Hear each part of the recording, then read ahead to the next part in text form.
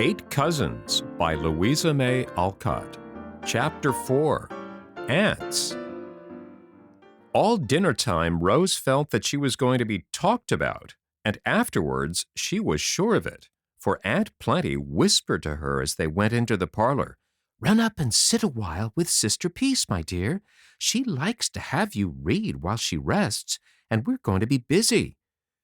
Rose obeyed, and the quiet rooms above were so like a church that she soon composed her ruffled feelings and was unconsciously a little minister of happiness to the sweet old lady, who for years had sat there patiently waiting to be set free from pain. Rose knew the sad romance of her life, and it gave a certain tender charm to this great aunt of hers, whom she already loved. When Peace was 20, she was about to be married. All was done. The wedding dress lay ready, the flowers were waiting to be put on, the happy hour at hand when word came that the lover was dead. They thought that gentle Peace would die too, but she bore it bravely, put away her bridal gear, took up her life afresh, and lived on, a beautiful meek woman with hair as white as snow and cheeks that never bloomed again. She wore no black, but soft, pale colors, as if always ready for the marriage that had never come. For 30 years she had lived on, fading slowly, but cheerful, busy, and full of interest in all that went on in the family, especially the joys and sorrows of the young girls growing up about her, and to them she was adviser, confidant, and friend in all their tender trials and delights. A truly beautiful old maiden with silvery hair, tranquil face, and an atmosphere of repose about her that soothed whoever came to her. Aunt Plenty was utterly dissimilar, being a stout, brisk old lady with a sharp eye, a lively tongue, and a face like a winter apple. Always trotting, chatting, and bustling, she was a regular Martha, cumbered with the cares of this world and quite happy in them. Rose was right, and while she softly read psalms to Aunt Peace, the other ladies were talking about her little self in the frankest manner. "Well, Alec, how do you like your ward?" began Aunt Jane as they all settled down, and Uncle Mac deposited himself in a corner to finish his doze. "I should like her better if I could have begun at the beginning, and so got a fair start. Poor George led such a solitary life that the little child has suffered in many ways, and since he died she has been going on worse than ever, judging from the state I find her in." "My dear boy, we did what we thought best while waiting for you to wind up your affairs and get home. I always told George he was wrong to bring her up as he did, but he never took my advice, and now here we are with this poor dear child upon our hands. I, for one, freely confess that I don't know what to do with her any more than if she was one of those strange, outlandish birds you used to bring home from foreign parts." And Aunt Plenty gave a perplexed shake of the head, which caused great commotion among the stiff loops of purple ribbon that bristled all over the cap like crocus buds. "If my advice had been taken, she would have remained at the excellent school where I placed her. But our aunt thought best to remove her because she complained, and she has been dawdling about ever since she came. A most ruinous state of things for a morbid, spoilt girl like Rose," said Mrs. Jane severely. She had never forgiven the old ladies for yielding to Rose's pathetic petition that she might wait her guardian's arrival before beginning another term at the school, which was a regular Blimber hotbed and turned out many a feminine toots. "I never thought it the proper school for a child in good circumstances as an heiress, in fact, as Rose is. It is all very well for girls who are to get their own living by teaching and that sort of thing, but all she needs is a year or two at a fashionable finishing school, so that at 18 she can come out with éclat," put in Aunt Clara, who had been a beauty and a belle, and was still a handsome woman. "Dear, dear! How short-sighted you all are to be discussing education and plans for the future when this unhappy child is so plainly marked for the tomb," sighed Aunt Myra, with a lugubrious sniff, and a solemn wag of the funereal bonnet, which she refused to remove, being afflicted with a chronic catarrh. Now it is my opinion that the dear thing only wants freedom, rest, and care. There is a look in her eyes that goes to my heart, for it shows that she feels the need of what none of us can give her, a mother, said Aunt Jessie with tears in her own bright eyes at the thought of her boys being left, as Rose was, to the care of others. Uncle Alec, who had listened silently as each spoke, turned quickly towards the last sister and said with a decided nod of approval, "You've got it, Jessie. And, with you to help me, I hope to make the child feel that she is not quite fatherless and motherless." "I'll do my best, Alec, and I think you will need me, for, wise as you are, you cannot understand a tender, timid little creature like Rose as a woman can," said Mrs. Jessie, smiling back at him with a heart full of motherly goodwill. "I cannot help feeling that I, who have had a daughter of my own, can best bring up a girl, and I am very much impressed that George did not entrust her to me," observed Aunt Myra, with an air of melancholy importance, for she was the only one who had given a daughter to the family, and she felt that she had distinguished herself, though ill-natured people said that she had dosed her darling to death. "I never blamed him in the least when I remember the perilous experiments you tried with poor Carrie," began Mrs. Jane in her hard voice. "Jane Campbell, I will not hear a word.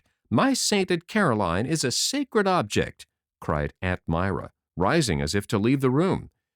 Dr. Alec detained her, feeling that he must define his position at once, and maintain it manfully if he hoped to have any success in his new undertaking. "Now, my dear souls, don't let us quarrel and make Rose a bone of contention, though, upon my word, she is almost a bone, poor little lass. You have had her among you for a year, and done what you liked. I cannot say that your success is great, but that is owing to too many fingers in the pie. Now, I intend to try my way for a year, and if at the end of it she is not in better trim than now, I'll give up the case and hand her over to someone else. That's fair, I think." "She will not be here a year hence, poor darling, so no one need dread future responsibility," said Aunt Myra, folding her black gloves as if all ready for the funeral. "By Jupiter, Myra, you are enough to damp the ardor of a saint," cried Dr. Alec with a sudden spark in his eyes. "Your croaking will worry that child out of her wits, for she is an imaginative puss and will fret and fancy untold horrors. You have put it into her head that she has no constitution, and she rather likes the idea. If she had not had a pretty good one, she would have been marked for the tomb by this time, at the rate you have been going on with her. I will not have any interference, please understand that. So just wash your hands of her and let me manage till I want help. Then I'll ask for it." "Hear, hear," came from the corner where Uncle Mac was apparently wrapped in slumber. "You were appointed guardian, so we can do nothing, but I predict that the girl will be spoilt, utterly spoilt," answered Mrs. Jane grimly. "Thank you, sister. I have an idea that if a woman can bring up two boys as perfectly as you do yours, a man, if he devotes his whole mind to it, may at least attempt as much with one girl," replied Dr. Alec with a humorous look that tickled the others immensely, for it was a well-known fact in the family that Jane's boys were more indulged than all the other lads put together. "I am quite easy, for I really do think that Alec will improve the child's health, and by the time his year is out, it will be quite soon enough for her to go to Madame Rocabella's and be finished off," said Aunt Clara, settling her rings and thinking, with languid satisfaction, of the time when she could bring out a pretty and accomplished niece. "I suppose you will stay here in the old place, unless you think of marrying, and it's high time you did," put in Mrs. Jane, much nettled at her brother's last hit. "No, thank you. Come and have a cigar, Mac," said Dr. Alec abruptly. "Don't marry. Women enough in the family already," muttered Uncle Mac. And then the gentleman hastily fled. Aunt Peace would like to see you all, she says, was the message Rose brought before the ladies could begin again. Hectic, hectic, dear me, murmured Aunt Myra, as the shadow of her gloomy bonnet fell upon Rose, and the stiff tips of a black glove touched the cheek where the color deepened under so many eyes. I am glad these pretty curls are natural. They will be invaluable by and by, said Aunt Clara, taking an observation with her head on one side. Now that your uncle has come, I no longer expect you to review the studies of the past year. I trust your time will not be entirely wasted in frivolous sports, however, added Aunt Jane, sailing out of the room with the air of a martyr. Aunt Jessie said not a word, but kissed her little niece with a look of tender sympathy that made Rose cling to her a minute and follow her with grateful eyes as the door closed behind her. After everybody had gone home, Dr. Alec paced up and down the lower hall in the twilight for an hour, thinking so intently that sometimes he frowned, sometimes he smiled, and more than once he stood still in a brown study. All of a sudden he said, half aloud, as if he had made up his mind, I might as well begin at once and give the child something new to think about, for Myra's dismals and James's lectures have made her as blue as a little indigo bag. Diving into one of the trunks that stood in a corner, he brought up, after a brisk rummage, a silken cushion, prettily embroidered, and a quaint cup of dark carved wood. This will do for a start, he said, as he plumped up the cushion and dusted the cup. It won't do to begin too energetically, or Rose will be frightened. I must beguile her gently and pleasantly along until I've won her confidence, and then she will be ready for anything. Just then Phebe came out of the dining room with a plate of brown bread, for Rose had been allowed no hot biscuit for tea. I'll relieve you of some of that, said Dr. Alec, and helping himself to a generous slice, he retired to the study, leaving Phebe to wonder at his appetite. She would have wondered still more if she had seen him making that brown bread into neat little pills, which he packed into an attractive ivory box, out of which he emptied his own bits of lovage. There, if they insist on medicine, I'll order these, and no harm will be done. I will have my own way, but I'll keep the peace if possible, and confess the joke when my experiment has succeeded, he said to himself, looking very much like a mischievous boy as he went on with his innocent prescriptions. Rose was playing softly on the small organ that stood in the upper hall so that Aunt Peace could enjoy it, and all the while he talked with the old ladies, Uncle Alec was listening to the fitful music of the child and thinking of another Rose who used to play for him. As the clock struck 8, he called out, Time for my girl to be abed, else she won't be up early, and I'm full of jolly plans for tomorrow. Come and see what I've found for you to begin upon. Rose ran in and listened with bright, attentive face, while Dr. Alec said impressively, In my wanderings over the face of the earth, I have picked up some excellent remedies, and, as they are rather agreeable ones, I think you and I will try them. This is an herb pillow, given to me by a wise old woman when I was ill in India. It is filled with saffron, poppies, and other soothing plants. So lay your little head on it tonight, sleep sweetly without a dream, and wake tomorrow without a pain. Shall I really? How nice it smells! And Rose willingly received the pretty pillow and stood enjoying its faint, sweet odor as she listened to the doctor's next remedy. This is the cup I told you of. Its virtue depends, they say, on the drinker filling it himself. So you must learn to milk. I'll teach you. I'm afraid I never can, said Rose, but she surveyed the cup with favor, for a funny little imp danced on the handle, as if all ready to take a header into the white sea below.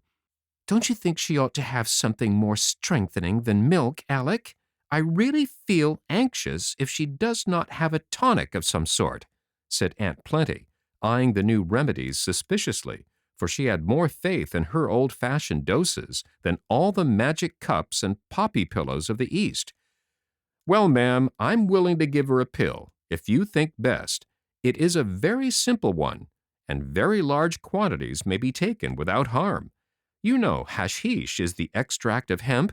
Well, this is a preparation of corn and rye, much used in old times, and I hope it will be again." "Dear me, how singular!" said Aunt Plenty, bringing her spectacles to bear upon the pills, with a face so full of respectful interest that it was almost too much for Dr. Alec's gravity. "Take one in the morning, and a good night to you, my dear," he said, dismissing his patient with a hearty kiss. Then, as she vanished, he put both hands into his hair, exclaiming with a comical mixture of anxiety and amusement, "When I think what I have undertaken, I declare to you, Aunt, I feel like running away and not coming back till Rose is 18.